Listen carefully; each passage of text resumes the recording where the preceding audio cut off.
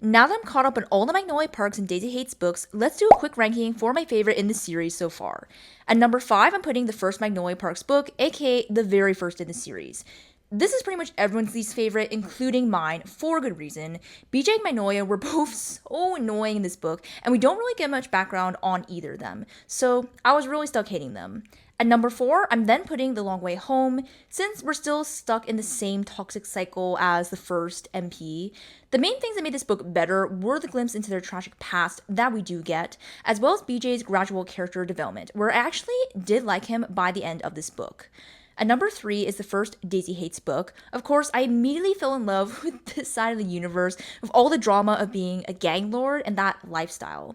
We also hear a little about Daisy and Julian's past and how they've had to take care of each other basically most of their lives, which just immediately made me feel for them.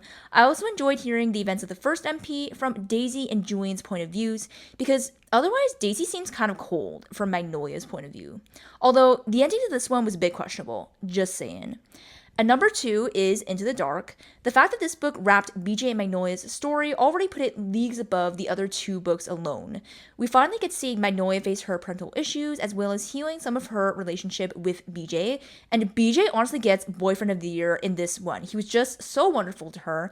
And the ending had me in happy tears because I was sad to say goodbye to them and their story, but she also wrapped everything up quite beautifully. And finally, at number 1 is The Great Undoing. Out of all 5 so far, this book is my Shayla.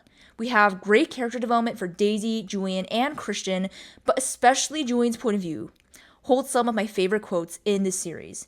If I had to pick, this is the one that I say should convince you to read this entire series, point blank, period.